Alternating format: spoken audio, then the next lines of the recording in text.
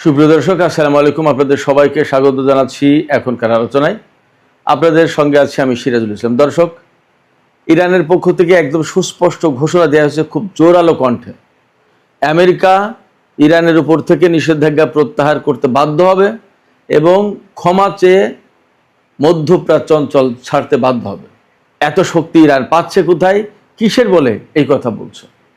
এপাশে ইরানের জাতীয় সংসদের স্পিকার বাকের কলিবফ বলেছেন, মধ্যপ্রাচ্য অঞ্চলের প্রতিবেশী যে সমস্ত দেশ তারা ইরানের সাথে যোগাযোগ করছে, তাদের পক্ষ থেকে বার্তা পাওয়া যাচ্ছে নতুন মধ্যপ্রাচ্য গড়ার বার্তা, নতুন আঞ্চলিক ব্যবস্থা গড়ার বার্তা। তাহলে কি আমেরিকা মধ্যপ্রাচ্য থেকে সরে যেতে বাধ্য হচ্ছে অথবা সরে যাচ্ছে এমন কোনো কথা? এদিকে সিরিয়ায় ইসরায়েল হামলা চালিয়েছে, একজন আহত এবং সিরিয়ার পক্ষ থেকে ব্যাপকভাবে নিন্দা জানানো হয়েছে। নতুন করে খবর বেরিয়েছে মক্কা চুক্তিতে সিরিয়া যুক্ত হতে পারে, সেই প্রক্রিয়া চলছে। প্রশ্ন হচ্ছে, সিরিয়া তো নেতানিয়াহুর সাথে লিয়াজো মেইন করে, সিরিয়ার বর্তমান যে প্রেসিডেন্ট আহমেদ আল সারা, নেতানিয়াহুর সাথে লিয়াজো মেনটেন করে তারা ক্ষমতা আসলো। তুরস্কের সাথে তাদের ভালো সম্পর্ক ছিল, তুরস্কের সাথে ইসরায়েলের ভালো সম্পর্ক ছিল। গোলমালটা লাগলো কোথায়, কি কারণে সমস্ত সবকিছু বদলে গেল, বিগড়ে গেল? এবং এই বিগড়ে যাওয়া, বদলে যাওয়ার যে ধরন আমরা যা দেখতে পাচ্ছি, তাতে মনে হচ্ছে তুরস্কের সাথে নেতানিয়াহুর বা ইসরায়েলের একটা বড় ধরনের সংঘাত শুরু হতেই পারে। এই যে সংকট, এই যে আশঙ্কা, এই যে শঙ্কা তৈরি হলো কেন, এর মূল কারণ কি, পেছনের কারণ কি? সুপ্রিয় দর্শক, চলুন আজকের ভিডিওতে এই বিষয়গুলো নিয়ে কথা বলি এবং ইসরায়েল আর তুরস্কের ভেতরে এই রকমের বড় টানাপোড়েন কেন সৃষ্টি হলো, কি কারণে সম্পর্ক তেতে উঠলো, পেছনের কারণ কি, ভেতরের কারণ কি, অন্তর্নিহিত কারণ কি, চলুন আমরা বোঝার চেষ্টা করি। সবার আগে বলে রাখি, যদি ভিডিও ভালো লাগে তাহলে লাইক, কমেন্ট, শেয়ার করবেন আর চ্যানেলটি সাবস্ক্রাইব করে সাথেই থাকবেন। দর্শক, চলুন আমরা বিস্তারিত আলোচনা করি। ইরানের জাতীয় নিরাপত্তা এবং পররাষ্ট্রনীতি বিষয়ক সংসদীয় কমিটির যিনি প্রধান ইব্রাহিম আজিজি, তিনি বলেছেন, আমেরিকা ইরানের উপর যে সমস্ত নিষেধাজ্ঞা দিয়েছে সে সমস্ত নিষেধাজ্ঞা প্রত্যাহার করতে বাধ্য হবে। শুধু প্রত্যাহার করতে বাধ্য হবে না, প্রত্যাহার তো করবেই, তারপরে ইরানি জাতির কাছে, ইরানি জনগণের কাছে তারা ক্ষমা চেয়ে এই অঞ্চল থেকে বিদায় নিতে বাধ্য হবে। খুবই মারাত্মক কথা, খুবই শক্তিশালী কথা, খুবই ইরানের জনগণের জন্য বা ইরানের বন্ধু যারা তাদের জন্য আশাবাদী হওয়ার কথা। প্রশ্ন থাকছে পেছনে যে এই রকম জোরালো কণ্ঠে বলার সাহস বা সুবিধা বা সুযোগ ইব্রাহিম আজিজি পাচ্ছেন কোথায়, কিভাবে সম্ভব এটা? আমার কাছে ব্যক্তিগতভাবে যা মনে হয়েছে সেটি হচ্ছে এই, যে ইরান যে সাহস, শক্তি, সক্ষমতা এবং পারঙ্গমতা দেখিয়ে এই পর্যন্ত যুদ্ধের 6 মাসের বেশি সময় পার করেছে এবং আমেরিকাকে ইরানের বিরুদ্ধে যুদ্ধ বন্ধ করতে বাধ্য করেছে, মধ্যপ্রাচ্যের বিভিন্ন ঘাঁটি থেকে সেনা এবং সামরিক সরঞ্জাম, বিমান থেকে শুরু করে অনেক কিছু সরিয়ে নিতে বাধ্য করেছে এবং মধ্যপ্রাচ্যে বর্তমানে যে সংকট, যে পরিস্থিতি তৈরি হয়েছে, তাতে আমেরিকা টোটালি মধ্যপ্রাচ্য থেকে স্থায়ীভাবে চলে যেতে বাধ্য এবং চলে যাওয়ার কাছাকাছি পর্যায়ে। শুধু তাই না, ইরান এই 6 মাস খুব ভালোভাবে যুদ্ধের ভেতর দিয়ে পরীক্ষা নিরীক্ষা করেছে আমেরিকার কোথায় কোথায় দুর্বলতা, দুর্বল পয়েন্ট কোথায় এবং কিভাবে কি করা হবে, কি করলে কি হয়, এগুলো সব ক্লিয়ার চিত্র ইরানের কাছে ভেসে উঠেছে। ইরানি জাতি তো গবেষণার জাতি, গবেষক জাতি।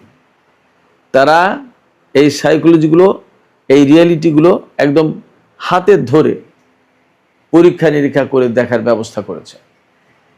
এবং আপনারা খেয়াল করেছেন, আমেরিকার প্রায় সব ধরনের বিমান ইরানের মাটিতে ভূপাতিত করেছে, ভূপাতিত হয়েছে এবং ইরান শুটডাউন করেছে। এবং প্রচণ্ড যুদ্ধের ভেতরে যখন তারা একেবারেই ইরানের গভীর অভ্যন্তরে গিয়ে একটা অভিযান চালালো, সেই অভিযান দিব্যি ব্যর্থ করে দিল ইরানের জনগণ, পুলিশ, আইআরজিসির লোকজন, এরা মিলে, ভাবা যায় এটা কি কোনো সাধারণ কথা? ইরান এই গত 6 মাস ধরে পরীক্ষা নিরীক্ষা করেছে যে আমেরিকার কোথায় দুর্বলতা, কোথায় তারা ভালো পারে, আর ইরানের কোন জায়গায় কি করতে হবে, একেবারে খুব ভালো করে ধীরে সুস্থে ঠান্ডা মাথায় বুঝে নেওয়ার চেষ্টা করেছে। এখন তারা সামরিক ডক্ট্রিন পাল্টে ডিফেন্সিভের জায়গায় অফেন্সিভ, আক্রমণাত্মক, এবং আজকে জোরালোভাবে ঘোষণা দিয়েছে। কয়েকদিন আগে তো পুরস্কার ঘোষণা করেছিল, আজকে এই সামরিক ডক্ট্রিন পরিবর্তনের যে ঘোষণা, সেই ঘোষণার সময় বলেছে যে ইরানের সামরিক বাহিনী ঘোষণা করছে যে কোনো মার্কিন সেনাকে হত্যা বা জীবিত ধরে দিতে পারলে $30,000, মহিলারা ধরে দিতে পারলে পুরস্কার হবে দ্বিগুণ, কোনো অস্ত্র যদি উদ্ধার করতে পারে সেই অস্ত্র পয়সা দিয়ে কিনে নেওয়া হবে, এবং সেই অস্ত্রকে যে ব্যক্তি মার্কিন বাহিনীর অস্ত্র ছিনে নিতে পারলো তার নাম লিখে জাদুঘরে রাখা হবে। এগুলো শুধুমাত্র সাধারণ কথার কথা না, শুধুমাত্র সাধারণ পুরস্কার ঘোষণা না, এটার ভেতর দিয়ে ইরানি জাতিকে, এই যুদ্ধের সাথে পুরো জাতিকে ইনভলভ করে ফেলা হলো। এখন পুরো জাতির মাথার ভেতরে এইটা ঘুরবে যে কবে আমেরিকান সেনা ধরবো আর কবে টাকা পাবো, মানে প্রত্যেকেই অ্যাক্টিভ হয়ে যাবে। $30,000 একজন সেনা ধরতে পারলে বা মারতে পারলে। এবং এর মানে হচ্ছে ইরানের সামরিক বাহিনী ভীষণভাবে অ্যাগ্রেসিভ, অফেন্সিভ, তারা নিজেদেরকে আর গুটিয়ে রাখতে চায় না, এটাই তার প্রমাণ। ইরানি জাতি গত কয়েক বছর ধরে যে সাহস দেখিয়ে এসেছে, তার চূড়ান্ত বহিঃপ্রকাশ ঘটেছে 2025 সালের জুন মাসের 12 দিনের যুদ্ধে আর এবারের যুদ্ধে। ইরান কোনো যুদ্ধই ইনিশিয়েট করেনি, তারা হামলা করেছে, ইরান পাল্টা জবাব দিয়েছে। এবং এখন ইরান বলছে যে তারা নিজেরা আর ডিফেন্সিভ থাকবে না, নিজেদের আত্মরক্ষার জন্য না, এখন অফেন্সিভ। এইভাবে যদি ইরান সামরিক কৌশল গ্রহণ করে এবং মার্কিন সামরিক বাহিনীর বিরুদ্ধে যদি অভিযান শুরু করে, তাহলে মধ্যপ্রাচ্যে মার্কিন সামরিক বাহিনী টিকতে পারবে বলে মনে হয় না। এবং ইরানের পক্ষ থেকে কিন্তু পরিষ্কার করে বলা হচ্ছে, গতকাল বলা হয়েছে, আজকেও বলা হয়েছে, যে ইরানের বিরুদ্ধে যদি কোনো রকমের মিসক্যালকুলেশন করে, ভুল হিসাব নিকাশ করে, তাহলে তার চরম মূল্য দিতে হবে আমেরিকাকে। তার মানে আমেরিকা যদি কোনো মতেই ইরানের উপর বিমান হামলা চালানোর চেষ্টা করে অথবা স্থল অভিযান চালানোর চেষ্টা করে, তার জন্য ইরান প্রস্তুত এবং তার জন্য আমেরিকাকে মূল্য দিতে হবে, এটাই তিনি বলতে চেয়েছেন। পরিস্থিতি যদি এই রকম যায়, তাহলে অবশ্যই একসময় আমেরিকাকে ইরানের উপর থেকে নিষেধাজ্ঞা প্রত্যাহার করতে হবে। এছাড়া আরও কিছু ব্যাপার আছে। এই যে হরমুজ প্রণালী ইরান আটকে দিয়েছে, তেল চলাচল বন্ধ, বাব আল মানদেব প্রণালী আটকে দিয়েছে হুতিরা, তেল চলাচল বন্ধ, সারা বিশ্বের অর্থনীতি কলাপস করবে। এরই মধ্যে কাতারের অর্থনীতি গত বছরের তুলনায় এই বছরের 8% বেশি তাদের জাতীয় আয় কমে যাবে। কুয়েতের অর্থনীতি কলাপস করেছে, বাহরাইনের অবস্থা খারাপ, সংযুক্ত আরব আমিরাত তাদের তেলের ট্যাঙ্কিগুলো বাঁচানোর জন্য ইরানের ক্ষেপণাস্ত্র আর ড্রোন হামলা থেকে বাঁচানোর জন্য লোহার খাঁচার ভেতরে রাখছে, খাঁচা করেছে যাতে হামলা না হয়। তা ব্যালিস্টিক মিসাইলতে হামলা করলে ওগুলো টিকবে? টিকুক আর না টিকুক, সংযুক্ত আরব আমিরাত ইরানি হামলা থেকে বাঁচার জন্য এই করছে। পুরো আঞ্চলিক চেহারা পাল্টে গেছে। এবং যে ইসরায়েল সংযুক্ত আরব আমিরাতে এসে এত কিছু করতে, এখন সেটা করতে পারবে মনে হয় না। ফলে আঞ্চলিক চেহারা, আঞ্চলিক চালচিত্র কিন্তু বদলে যাচ্ছে ইরানের এই যুদ্ধের কারণে। সেক্ষেত্রে আমেরিকা ইসরায়েল যা ভাবছিল, যা করতে চাই, সেইগুলো এখন আর হওয়ার সম্ভাবনা একদম কম। বরং ইরান যে কথা বলছে এটা খুবই বাস্তবসম্মত, যে একসময় আমেরিকাকে এই নিষেধাজ্ঞা প্রত্যাহার তো করতে হবে, এর পাশাপাশি তাদেরকে মাপ চেয়ে এই অঞ্চল ছাড়তে হবে। ইরানের পক্ষ থেকে আজকে আর একটা চমক লাগানো খবর প্রকাশ করা হয়েছে। ইরান জানিয়েছে যে যুদ্ধ শুরুর পর থেকে এখন ইরানের অস্ত্র উৎপাদনের পরিমাণ 3 গুণ হয়েছে, বিশেষ করে কৌশলগত অস্ত্র উৎপাদনের, ক্ষেপণাস্ত্র, ড্রোন, এই সমস্ত 3 গুণ। ইরানের অস্ত্র উৎপাদন 3 গুণ মানে তাদের যে অস্ত্রের ঘাটতি নেই, এটা পরিষ্কার। আর অস্ত্রের ঘাটতি না থাকা মানেই আমেরিকান এগেনস্টে যুদ্ধ করা ইরানের জন্য কোনো ব্যাপারই না, এদিকে ইরানের জাতীয় সংসদের স্পিকার বাকের কলিবাফ তিনি বলেছেন যে প্রতিবেশীদের কাছ থেকে প্রতিদিনই তারা বার্তা পাচ্ছেন নিউ মিডল ইস্ট প্ল্যান, আমেরিকাটা না, নিজেদের আঞ্চলিক যে পরিকল্পনা, নতুন একটা মধ্যপ্রাচ্যের নতুন ব্যবস্থা গড়ে তোলার বার্তা দিচ্ছে ইরানের আঞ্চলিক দেশগুলো ইরানের কাছে, এবং এটা আমেরিকাকে মাইনাস করে এটা বুঝতে হবে। তো যদি নতুন আঞ্চলিক ব্যবস্থা গড়ে তোলার চেষ্টা করা হয় বা প্রতিবেশীদের কাছ থেকে ইরানের কাছে প্রতিদিন মেসেজ দেওয়া হয়, তাহলে তার মানে দাঁড়াচ্ছে আমেরিকা এবং ইসরায়েল যে নতুন মধ্যপ্রাচ্যের যে চিন্তা পরিকল্পনা করেছিল সেই পরিকল্পনাগুলো এখন মারাত্মকভাবে ঝুঁকির মুখে পড়বে। এমনকি ডোনাল্ড ট্রাম্প যে আব্রাহাম অ্যাকর্ড যেটা সই করেছিল মধ্যপ্রাচ্যের চালচিত্র পাল্টে দিতে চেয়েছিল, সেইটাও এখন ভিন্ন চেহারা পাবে, ভিন্ন পরিস্থিতির মুখে পড়বে। সম্ভবত এর অংশ হিসেবেই এখন তুরস্ক আর সিরিয়ার সাথে ইসরায়েলের সংকট তৈরি হয়েছে। ইসরায়েল আজকেও সিরিয়ার দক্ষিণ পশ্চিমাঞ্চল হামলা চালিয়েছে, একজন আহত, এবং সিরিয়ার পক্ষ থেকে ইসরায়েলের নিন্দা করা হয়েছে। এবং আমরা যা পরিস্থিতি দেখতে পাচ্ছি, ইসরায়েল এবং তুরস্কের মধ্যে বড় রকমের সংঘাত লেগেই যেতে পারে, এবং সিরিয়ার উপর প্রায় দিনই তারা হামলা চালাচ্ছে। এই পরিস্থিতিতে সিরিয়া মক্কা চুক্তিতে যোগ দেওয়ার চিন্তা করছে। মক্কা চুক্তিতে যোগ দেওয়ার মানেই হলো সিরিয়ার উপর যখনই হামলা চালাবে ইসরায়েল, তখন তুরস্ক, পাকিস্তান, সৌদি, সিরিয়া যে এই জোটে যারা থাকবে তারা সবাই ইসরায়েলের বিরুদ্ধে যুদ্ধ করতে বাধ্য হবে, যুদ্ধ শুরু করে দেবে। তখন কি করবে? এবং সম্ভবত তুরস্কের অবস্থানে সিরিয়ায় যে হামলা চালিয়েছে ইসরায়েল, সেই হামলার প্রতিশোধ নিতে গেলে এক ধরনের জটিলতা আছে তুরস্কের সামনে। সম্ভবত এই প্রতিশোধ নেয়ার চিন্তা থেকে তুরস্ক সিরিয়াকে এই মক্কা চুক্তির ভেতরে আনার চেষ্টা করছে। যখনই সিরিয়া মক্কা চুক্তিতে যুক্ত হবে আর ইসরায়েল সিরিয়ার উপর হামলা চালাবে, তখন কিন্তু মক্কা চুক্তির যারা স্টেক হোল্ডার, যারা সদস্য, তাদের প্রত্যেকের দায়িত্ব হবে ইসরায়েলের বিরুদ্ধে লড়াই করা। সম্ভবত সেই লড়াইয়ের একটা গ্রাউন্ড তৈরি হচ্ছে, নানামুখী তৎপরতা চলছে, এবং সিরিয়াকে এই জোটে যুক্ত করার ব্যবস্থা করা হচ্ছে। এমনকি বলা হচ্ছে যে মিশরও এই জোটে যুক্ত হবে, এবং তখন ইসরায়েল চারিদিক থেকে ঘেরাওয়ের ভিতরে পড়ে যাবে। মিশর, সিরিয়া, তুরস্ক ও পাশে সৌদি আরব। ইসরায়েলকে হয় এই চুক্তির জন্য চুপ থাকতে হবে, আর না হয় এই এতগুলো দেশের বিরুদ্ধে যুদ্ধ করতে হবে এবং তাকে নতুন একটা পরিস্থিতির মুখোমুখি হতে হবে, তাতে কোনো সন্দেহ নেই। এখন প্রশ্ন হচ্ছে, সিরিয়ার আহমেদ আল সারা, উনি তো নেতানিয়াহুর অনুগ্রহ প্রার্থী ছিলেন, অনুগ্রহ পেয়েছেনও, কিন্তু হঠাৎ করে কি দেখি হলো? আমার কাছে যেটা মনে হয়, আমার বিশ্লেষণ যেটা আসে, সেটা হচ্ছে এই যে তুরস্ক খুব ভালো করে জানে নিউ মিডল ইস্ট প্ল্যান যেটা, সেই নিউ মিডল ইস্ট প্ল্যানে তুরস্কের বিরাট অংশ নিয়ে নেওয়া হবে। ইসরায়েল কাউকেই ছাড় দেবে না। গাজা তো তারা দখলে নিয়েছে, পশ্চিম উত্তরও তারা দখলে নেওয়ার চেষ্টা করছে। লেবাননে কি পরিমাণে হামলা, যুদ্ধবিরতি থাকার পরেও। এই পরিস্থিতিতে তারা সিরিয়া নিয়ে নেবে। সিরিয়া নেওয়ার পরেই প্রশ্ন এসে যাবে কিন্তু তুরস্কের ব্যাপার, তুরস্ককে কবে নেবে?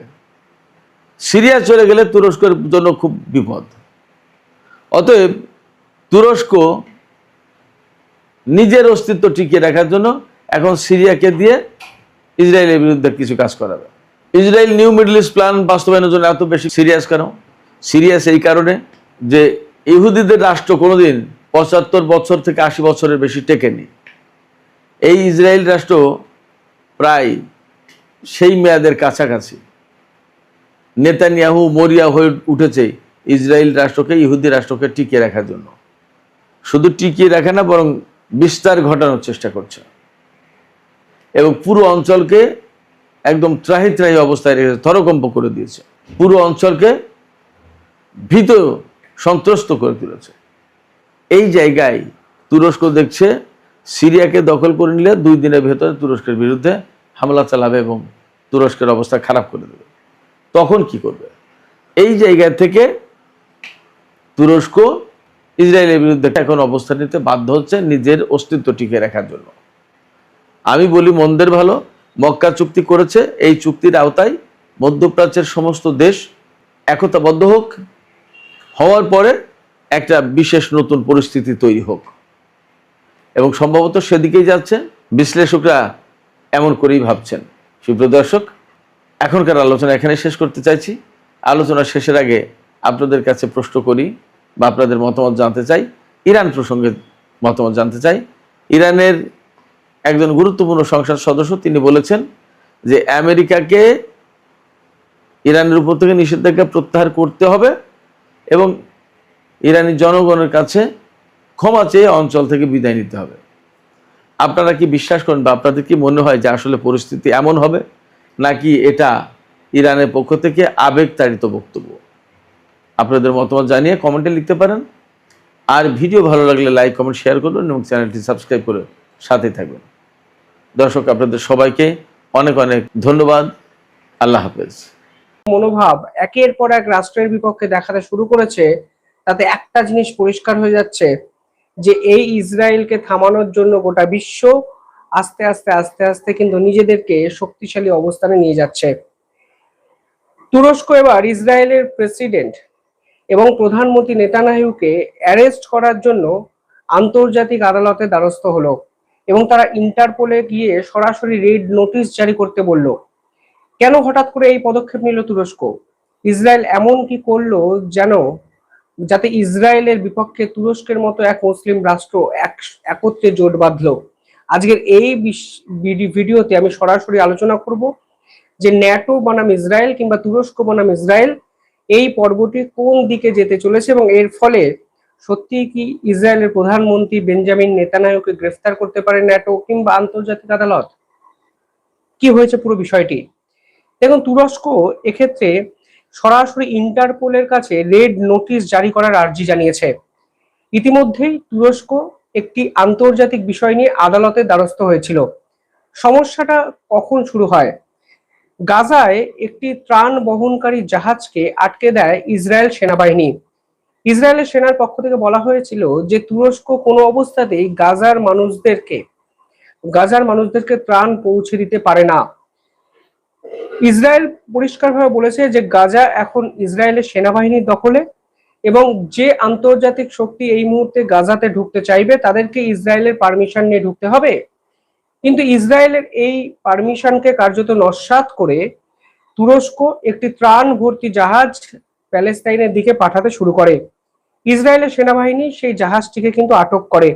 ইসরায়েলের দাবি ছিল নিষেধাজ্ঞা উপেক্ষা করে এই জাহাজ গাজায় ঢোকার চেষ্টা করছিল এবং এর ফলে গ্রেফতারি পরোয়ানা জারি করা হোক নেতানিয়াহুর বিপক্ষে।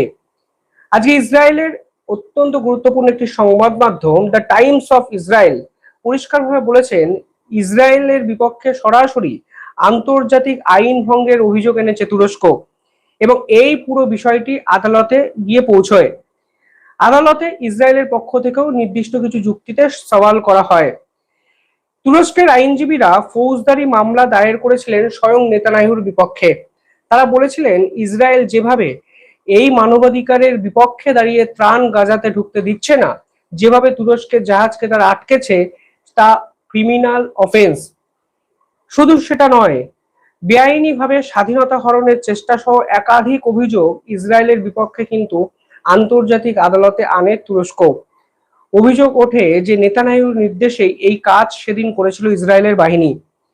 পরবর্তীকালে ইসরায়েলের বিপক্ষে অতীতেও এই মানবাধিকার লঙ্ঘন এবং অবৈধ গ্রেফতারির বিপক্ষে একাধিক মামলা রুজু করারও হুঁশিয়ারি কিন্তু তুরস্ক জানিয়েছিল, যা এবার বাস্তবের মাটিতে তারা করে দাঁড়ালো। ইসরায়েল স্বাভাবিকভাবে সমস্ত অভিযোগ প্রত্যাখ্যান করে এবং আদালত সবকিছু শুনে হয়তো নেতানিয়াহুকে দোষী সাব্যস্ত করতে পারে এবং সম্ভব হলে নেতানিয়াহুর বিপক্ষে গ্রেফতারি পরোয়ানাও কিন্তু জারি করতে চলেছে আদালত এবং তুরস্ক একত্রে। অর্থাৎ সব মিলিয়ে ঘটনাটি অত্যন্ত খারাপ জায়গায় চলে গেল। দেখুন, আপনারা যদি ভাবেন এই ঘটনার নেপথ্যে একমাত্র জাহাজকে আটকে রাখাই আসল কারণ, তা কিন্তু নয়। এই ইসরায়েল এবং তুরস্কের এই যে সম্পর্ক, এই সম্পর্ক কিন্তু বর্তমান সময়ে আরো খারাপ জায়গায় বিভিন্ন ইস্যুতে পৌঁছেছে। মনে রাখতে হবে এই তুরস্ক কিন্তু এমন একটি রাষ্ট্র যারা অপারেশন সিন্দুরের সরাসরি বিরোধিতা করেছিল। এই তুরস্কেতে যখন ভূমিকম্প হয় 2023 সালে, তখন ভারত তাদের টিম পাঠিয়ে ত্রাণ কার্য বা এই উদ্ধার কার্য চালাতে কিন্তু সাহায্য করেছিল তুরস্ককে। কিন্তু সেই তুরস্ক ভারতের পিছনে ছুরিটি মেরে পাকিস্তানকে সরাসরি সমর্থন করেছিল, শুধুমাত্র ডিপ্লোম্যাটিক ভাবে নয়, অস্ত্র এবং ম্যান পাওয়ার প্রোভাইড করেও। একের পর এক তুরস্কের ড্রোন পেহেলগাম হত্যাকাণ্ডের পরবর্তী সময় অপারেশন সিন্দুর পর্বে ভারতের দিকে উড়ে আসছিল পাকিস্তান থেকে। সেদিনই কিন্তু আমরা বুঝেছিলাম এই তুরস্ক আসলে ভদ্রবেশী এক রাক্ষস, যারা ভারতের সঙ্গে শুধুমাত্র খারাপ সময় সম্পর্ক রেখেছে, কিন্তু বাস্তবের মাটিতে দাঁড়িয়ে আরো এক মুসলিম রাষ্ট্র বাংলাদেশ ও পাকিস্তানকে নিয়ে ভারতের বিপক্ষে শক্তিশালী জোট তৈরি করছে। সেই তুরস্কের বিপক্ষে ইসরায়েলের অভিযোগও কিন্তু মারাত্মক। তুরস্ক আসলে সিরিয়ার একাধিক অংশকে কাজে লাগিয়ে ইসরায়েলকে কিন্তু দিনের পর দিন ডিস্টার্ব করতে চেয়েছে। ইসরায়েল স্পষ্টভাবে বলেছিল যে কোনো অবস্থাতেই সিরিয়াতে তুরস্কের বাহিনীকে তারা মেনে নেবে না। পরিষ্কারভাবে তারা বলেছিল যে সিরিয়াতে তুরস্কের বাহিনী আনা তাদের রাষ্ট্রের পক্ষে অত্যন্ত বিপজ্জনক একটা দিক, এবং এই নিয়ে তুরস্ক এবং ইসরায়েলের মধ্যে সংঘাত কিন্তু বারবার চরম জায়গায় পৌঁছে যায়। মনে রাখবেন, অপারেশন সিন্দুর পর্বেও ইসরায়েলের পক্ষ থেকে পরিষ্কার বলে দেওয়া হয়েছিল ভারতের উপর পাকিস্তানের এই হামলার পিছনে আসলে হামাস জড়িত। অর্থাৎ হামাস, তুরস্ক, পাকিস্তান এবং পরবর্তীকালে আরো এক ইসলামিক রাষ্ট্র বাংলাদেশ একত্রে যে বারবার ভারতের বিপক্ষে ষড়যন্ত্র করেছে তা কিন্তু ইসরায়েলি আমাদের সামনে বারংবার প্রকাশ করেছে। এবং এখন বাস্তবের মাটিতে দেখা যাচ্ছে এই তুরস্ক এবং ইসরায়েলের সংঘাত আন্তর্জাতিক আদালত ইন্টারপোল অব্দি পৌঁছে গেল। তুরস্কের সীমান্তের কাছে সিরিয়ার আবু আল দুহর বিমান ঘাঁটিতে ঠিক দুদিন আগে ভয়ানক এক হামলা চালায় ইসরায়েল। বিমান ঘাঁটিটি তুরস্ক সীমান্ত থেকে 70 কিলোমিটার দূরে অবস্থিত। সিরিয়ায় ইসরায়েলি হামলাকে কেন্দ্র করে তুরস্ক এবং ইসরায়েলের সম্পর্ক আরো খারাপ জায়গায় কিন্তু চলে যায়। ফলে তুরস্ক যেভাবে সিরিয়াতে ঢুকে সিরিয়ার দিক থেকে ইসরায়েলকে আক্রমণ করার পরিকল্পনা করছিল তা কিন্তু ইসরায়েল ধরে ফেলে। পাল্টা হিসাবে ইসরায়েলের সেনাবাহিনী সিরিয়ার একাধিক বিমান ঘাঁটির উপর হামলা চালায়। তথ্য বলছে অ্যাটলিস্ট 8টা হামলা তুরস্ককে লক্ষ্য করে সিরিয়ার এই বিমান ঘাঁটিতে চালিয়েছে ইসরায়েল, এবং এরপরে ইসরায়েলের সেনাবাহিনীর সঙ্গে তুরস্কের সংঘাত আরো চরম পর্যায়ে পৌঁছে যায় সিরিয়াকে কেন্দ্র করে। পরবর্তীকালে আরো ঘটনাটি আরো খারাপ জায়গায় চলে যায় যখন ন্যাটো ইনভলভ এই পুরো ঘটনায় কিন্তু হতে শুরু করে। 20 আগস্ট গভীর রাতে তুরস্কের প্রতিরক্ষা মন্ত্রণালয় সিরিয়ার বিমান ঘাঁটিতে এই ধরনের কোনো হামলার কথা কিন্তু অস্বীকার করেছিল, এবং তুরস্ক স্পষ্ট জানায় যে ইসরায়েল সিরিয়ার এই বিমান ঘাঁটিতে যে হামলা করেছে সেখানে তুরস্কের কোনো সেনাবাহিনী ছিল না। কিন্তু ইসরায়েল বলছে সিরিয়ার এই বিমান ঘাঁটিতে তুরস্কের সেনাবাহিনী ছিল, এবং তুরস্কের এই সেনাবাহিনী আসলে সিরিয়াকে কাজে লাগিয়ে ইসরায়েলের দিকে অ্যাটাক করার চেষ্টা করছিল বলে তারা সিরিয়ার উপর এই ধরনের বিমান হামলা চালিয়েছে। ইসরায়েলের যুক্তি কি ছিল? 20 আগস্ট জেরুজালেম পোস্ট তারা ইসরায়েলের একটি কথা আন্তর্জাতিক স্তরের সামনে নিয়ে আসে। সেখানে তারা বলে যে ইসরায়েলের কাছে স্পষ্ট গোয়েন্দা তথ্য ছিল, যেখানে আমাদের সামনে উঠে আসে যে তুরস্ক সিরিয়ায় তার সামরিক উপস্থিতি প্রসারিত করছে এবং তেল হাবিব এবং একাধিক গুরুত্বপূর্ণ রেড লাইনকে অতিক্রম করে তারা ইসরায়েলের উপর আক্রমণ করতে চাইছে। অর্থাৎ সিরিয়ার মাটিকে কাজে লাগিয়ে ইসরায়েলের উপর আক্রমণ করতে চাইছে তুরস্কের সেনাবাহিনী। এই তথ্য ইসরায়েলের গোয়েন্দা দপ্তরের কাছে ছিল, এবং ছিল বলেই তারা সিরিয়ায় এই ধরনের বিমান হামলা চালিয়েছে। পাশাপাশি গাজার একটি ঘটনাকে কেন্দ্র করে এই তুরস্ক ইসরায়েলের প্রধানমন্ত্রীর বিপক্ষে গ্রেফতারি পরোয়ানা জারি করলো। ইন্টারপোলের দ্বারস্থ হলো রেড নোটিশ জারি করার জন্য।